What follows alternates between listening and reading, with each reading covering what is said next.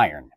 There is a lot of how-to videos, there are a lot of blogs, there's a lot of publications online that tell you a lot about iron and how wonderful it is and how much it can green up your grass, but not one of them seem to be able to tell you exactly what products you actually need. You can actually be putting out an iron product on your yard and it not do a doggone thing. Every single bit of that product that you put out on your yard could possibly be not even available to the plant. And I'm going to show you which ones you need to use. I'm going to show you we're going to compare some products, okay? Granular applications, powder applications. We're going to do foliar application. I've got all that at the end where I put it on my yard side by side and actually seen the results. And I'm going to show you those and explain to you, because I actually learned something in doing all this, what is going on with putting iron on your yard. We're going to talk about what happens when you put too much. There's actually a case study, University of Iowa. I'll leave down in the comments. I am going to leave University of Florida, University of Arizona, the University of Iowa. Information down in the comments. It's sort of my literature cited because my channel is scientifically based, and that's why I'm trying to do things to where you're saving time, money, and effort, and not just being marketed to put something out. I'm going to show you what's going to work, and even if you need it or don't, or in my case, how limited iron can actually be. And it can actually really not be able to do any more than what you already got. So we're going to go through all that. Now, iron availability. And this is, okay, I'm going to say something. pH is the engine that drives your soil. I have a pH video. It's from last year. I might do another one. pH is the engine that drives your soil, and this is why. This is a plant availability chart of nutrients based on pH. And the iron, since we're talking about iron, see it down here at the bottom. You can see where pH, when it gets to 7, when it gets above 7, look at what iron does. The thicker it is, the more plant available iron is in the soil, the thinner it is, the less available it is. And you can see once you get above a pH of 7, you guys out west, your ears should be perking up here. This is where you can actually have iron in your soil. However, it is not available to the plant. And that is driven by pH dependent. Those of you that have soils that exceed 6.5, this is where putting out the right product is going to be critical to what you do. And if you put the wrong product out, and it's not necessarily, and you're not really going to harm the lawn, but you're going to waste your time and money. You're not going to get the results that you want. So, pH, we talked about that. Now, chelates. Let's talk about what a chelate is. And I'm going to show you a University of Florida, just a study real quick to show you what these chelates do in your soil depending on pH. I'm going to tell you this real quick. What is chelate? Okay. Now, you see this on products all the time, like this liquid iron. It says chelated. Chelates are an organic coating on the iron particle that allows it to be plant available longer. If you just put pure iron sulfate out, okay, it can get into the plant, particularly on a foliar application. We're going to talk about that, a little bit more about that here in a minute. It can get into the plant on a foliar application, but when it gets into the soil, okay, pure iron sulfate, we saw on the pH scale, pure iron, it becomes plant unavailable very, very, very quickly as pH increases, particularly above 6.5 and definitely above 7.5. So here's the different chelates, and there's different ones. This is from the University of Florida. I'll give you another quick chart. There's actually 3 of them that they looked at and they studied, and there's basically 3 of them are left on the market. Okay, there's an EDTA. There is a DTPA. I may leave these at the bottom. I'm not even going to try to pronounce them. So anyway, EDTA, DTPA, and EDDHA. I happen to have EDDHA right here, and we're going to look at how that acts here in a little bit. Anyway, I just want to show you this chart. I don't want to get too deep into the weeds. Now I'm going to show you a yield chart too, meaning when they actually put this on different crops. Okay, I know it's grass. It's all agronomy, guys. Okay, so stick with me. But anyway, you can see the EDTA once when the pH got above 6. You see the top line there. Okay, as the pH increases, you can see the decrease in EDTA as you got closer to a pH of 7. Once you get a pH of 7.5, if that chelate is an EDTA chelate, all of that application is not going to be available to plant at all. You are wasting your time and money. Now, if it's an DTPA, I'm looking down here to chart myself because I can't see it now because I got to pop it in at the end. Anyway, DTPA, you can see once it gets to 7, it's pretty plant available. Meaning if you have a pH of 7 or less, you can use that chelate and you're in pretty good shape. But once you get to 7.5, over half of that application is going to be lost. And basically, if you spend $50 on an application, you're only going to get 25 bucks out of it. Okay, that's where we're talking math here. Now, we look at EDTHA. Okay, this is actually a powder form that I put out. Show you what it looked like in my yard in a little bit. You can see how it stayed consistently plant available throughout all the pHs. Okay, so that is critical for those of you, or very important for those of you who have a pH above 6.5. If you have a pH below 6.5, it offers you a lot more flexibility in the type of products that you use. Something like this ironite product. So anyway, just gives you an idea of how chelates behave in your soil based on the pH. Okay? So I just need you guys to know that first. So that way, there again, you know what you're buying and you get what you need based on what's going on with your soil and you're not wasting your money.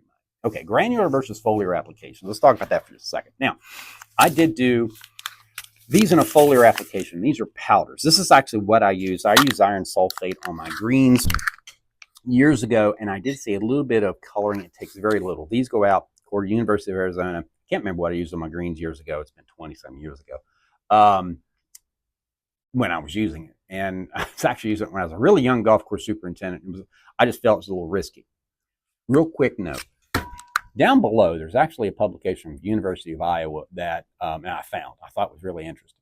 What happened was a golf course superintendent went out on his greens and actually went out, I think it was 10 or maybe 100 times the rate. That's right. The rate of the iron product that he was using. He did it on 12 of his greens, and he got halfway through the 12th green, realized what he done, and did 12 through, I assume, 18 and probably the putting green. If he started on the putting green, then he already got it done. But anyway, it kind of shows you how safe iron can be, because I wanted to get a vibe for how bad could it be. It could just really hurt the grass. The greens actually recovered. So he went out this high rates. Interesting article. You really want to get into it. But basically what happened is about 3 or 4 days later, it mowed out. Now, when you do putting greens, we mow them anywhere from 5 to 6 times a week. And usually, because we're mowing at 3/16 of an inch or less, usually it's very quickly that whatever you have put out usually grows out pretty quickly. And that's what happened in this situation. So iron applications are relatively safe. However, I will show you what happened when I put these out on my yard, and I wasn't too crazy about them. I didn't have that sealed. It went all over the place. Anyway, iron sulfate. Gone. Anyway. Oh, by the way, hopefully that's going to happen. When you do put these out, in case I forget to say, and it does say this on this liquid iron, and it says big writing, it will severely stain your concrete, okay? So you've got to be careful putting out some of these products if you have concrete. The asphalt, I did drop this on the asphalt. Hopefully the HOA won't leave me a nasty gram in there's a couple drops on my asphalt. It actually will stain asphalt. This EDBHA is really red when it goes out. Anyway, but that will happen. So anyway, liquid versus granular versus these applications. Now, what they are recommending is one of the most effective ways to put iron out is through a foliar application, like this chelated liquid iron. And I would think this liquid iron, and I'm sure other liquid products would say, no, ours is superior. I imagine this one's going to be pretty close to about what the rest of them are going to be. This is actually a lignin, I believe, a lignin sulfonate. It is, see how deep in the weeds I got on this. This is actually a byproduct of the paper mill industry. And it's not that they're throwing it, that's not a bad thing. It's a chelated iron that you can put out on your grass. It's not a bad thing. And ain't dumping it down the drain and putting it to good use. So anyway, but one thing about these, when you look at the labels as far as the chelated, this one is 5% iron and only 3.5% chelate. So if you had a higher pH, I imagine this one's probably the ETPA, I would imagine, because it's the cheapest. I'm not saying cheap does not necessarily mean bad. I'm just saying I would assume the rest of these, when it says chelated iron, unless it explicitly says EDTPA, which was that center one, or EDDHA, which is what this one says. Okay, 6% iron. Unless it explicitly says, if it does not say explicitly it's one of the better ones, always assume it's the one that once we get above 6.5, it's probably not going to be plant available. Let me get a sip out of my Bucky's cup here real quick. Okay. When you do a foliar application, they are recommending, about all the publications that I've seen, probably put a little surfactant in it. I did this, what the rate of surfactant that I did in a foliar application with both this and the EDDHA, and I also did it in iron, just pure iron sulfate, was I did it on the same thing as most pesticides are, which is basically a half an ounce per every gallon. So if you had a 4-gallon spray tank, that's 2 ounces. Okay, half an ounce for each gallon. All right, so that's what I put it out at. I could not find a recommendation specifically, nor was there one on the label that said put a certain amount of surfactant in it. I will say, putting this out, the surfactant did work, but you'll see the results on my yard. So we'll get to that here in a minute. I'm not trying to tease you anyway. Just when you do a foliar application, they recommend a surfactant. That may be a liquid or a granular. Okay, as far as granular, let's talk a little bit more about these granular products. And I'm not picking on ironite. But I see these being used, and you could throw anything in here. There again, I try not to pick on a certain brand name. This is just what I end up using. The problem with ironite is, and probably the majority of granular fertilizers, as a down on university publication says, it's going to depend on what type of iron, or if it is chelated, you're putting out. This one simply says, basically it says 26.6% free sulfur and 8.4% combined sulfur and 9.9% iron. My assumption is this is simply iron sulfate. So what does that mean? If you put down ironite on a soil that is above 6.5, this is going to become plant unavailable very quickly. If you're below 6.5, this may be a good product for you. My problem with it is, per application, the liquid is actually going to be cheaper. And I'll go through pricing at the end, but you've got this. I've got enough to course here. And this is the only EDDHA that I've found that is reasonable to put out. So anyway, but the granular, if you have a pH of less than 6.5, this would not be a bad product for you, but you're better off with liquid. Those you above 6.5, you're probably not getting anything out of this at all. It's going to go into the soil and pretty much immediately become plant unavailable. What it is. I wish they put that on the label. They really should. The thing is, they have happier customers. But okay, since we are dealing with dry weight here, instead of a liquid, which most of you probably dealt with, let me show you how I'm mixing these to give you an idea of how to properly mix these in a tank.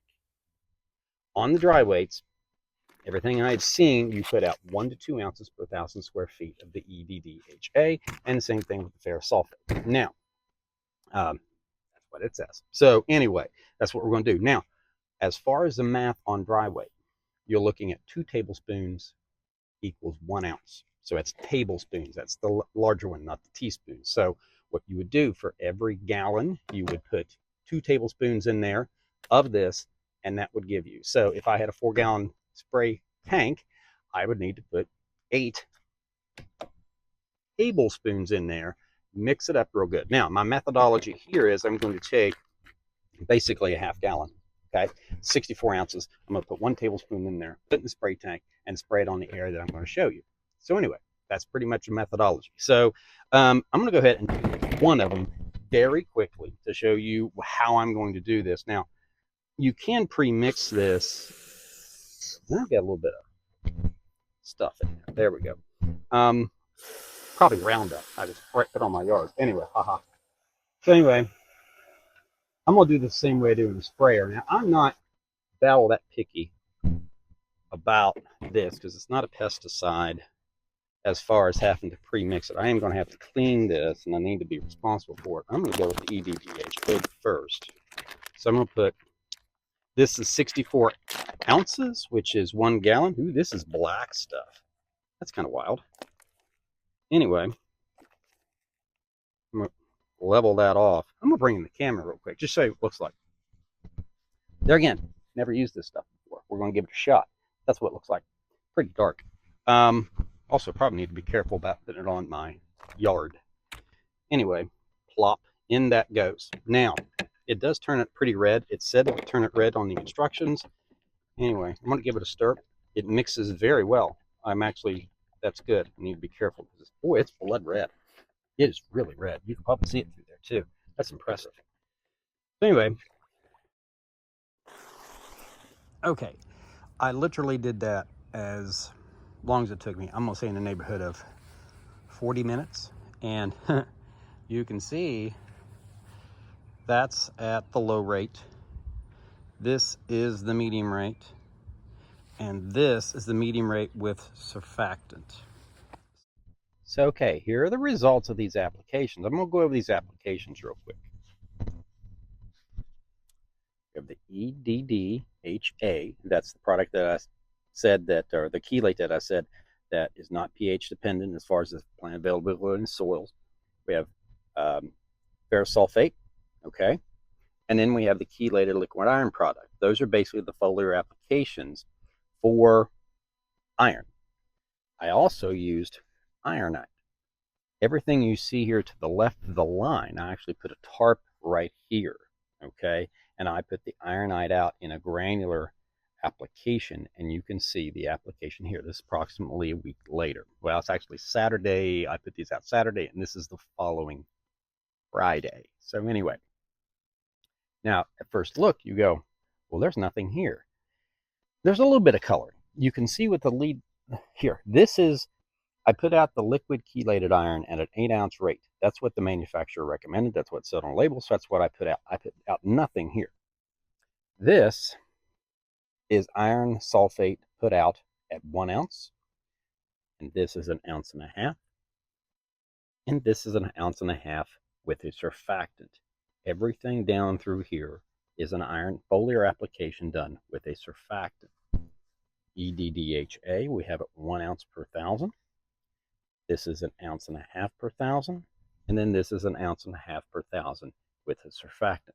You see very little change in color with the exception of the chelated liquid iron product. This is after first mowing, and I'll explain a little bit more about this here in a second, but you can see here on the leaf blade a little bit, and I hope you can appreciate it. You can see a little bit of like black dots. It almost looks like it's lesioned a little bit. You can see where the tips, this is after first mowing. I just mowed this a few minutes ago, or actually earlier. But you can see where the tips are just a little, I don't know, black. So anyway, I'll explain why all this is here in a minute. The ironite, hardly seeing anything out of it. So this is the results of me applying iron at either the recommended or the low rate, the middle rate, and then with the surfactant. And there's just not a whole lot going on here. I'll explain why that is. And by the way, actually in here, I kind of overlap. After I saw these results, I thought, well, maybe I'm not putting enough out. I actually put the EDDHA, okay, at a 2-ounce rate in this area and another 2.5 ounce rate in this area, and I'm still not seeing much. And that's also with the ironite. Okay. So what happened? Well, that's why this channel is science-based. That's why we take a scientific approach. That's why we begin to understand it. Now, I got to admit, I am disappointed. But here's what happened. I have a pH of 6 or less. Actually, I have a pH of 6. I always maintain my grass between 5, and 6. Always have. Primarily because of that plant availability chart that I showed you on the onset. My soil is at 6. So there is no limit, or my iron availability is not impeded by my pH. Those of you out west, and particularly those of you that if your pH is above 6.5, and the higher it gets above 6.5, the worse it becomes, the more potential for iron deficiency that you have. That's why for some of you this worked, and others of you, that's why it didn't work. That's why. Your pH is probably below 6 or below 6.5. We saw on that chart with all the different chelates. So I'm disappointed. I really thought, and this is why I did a deep dive, I researched this for weeks trying to find something that works, and I'm only limited by the genetic potential of my grass. I can go ahead and add all the iron I want to. It's only going to produce, and that's what we're talking about as far as greening, so much chlorophyll, and that's all it's going to produce. Only thing I can do is supply it with enough iron to produce that chlorophyll, and once it gets to a certain level of that iron, that's all the chlorophyll, that's all the iron it needs, and that's all the chlorophyll it needs. So if I'm putting in more iron out, I'm wasting my money. I saved you something there. So the thing is, if you have a pH below 6.5, particularly, the likelihood of an iron application working out for you is just probably not going to happen. So what do we do? Now, let's look at our options again. You have the ironite. Now let's go through pricing in the ironite, just some things here. Not picking on ironite. However, the thing is, if you're below 6.5, if you're above 6.5, the ironite product's not going to do you any good because it's not chelated product. It is chelated product. Ironite, Pennington, please put it on the flag. But right now, this is a non-chelated product. The advantage of putting out a granular, and I'd put all fertilizers in this. I can't recall ever seeing a granular, and there probably is, but I cannot recall seeing a granular product saying it's chelated. So anytime you put out a granular product, a granular fertilizer with iron, and if your pH is above 6.5, that iron is not going to do you any good. It's going to immediately become planted unavailable, pretty much. Okay, so the advantage of putting it out, if you do have a pH, if you do, in the weird circumstance, you have an iron deficiency, if you do put this out, the advantage is it's not going to stain your concrete nearly as bad. You sweep it off, you're good to go. So anyway, cost of this for 5,000 square feet is going to be about $35 for 5,000 square feet. This goes out 3 pounds per thousand. According to the label, it costs $70. For 30 pounds, it comes to basically $35 for every 5,000 square feet if you put it out.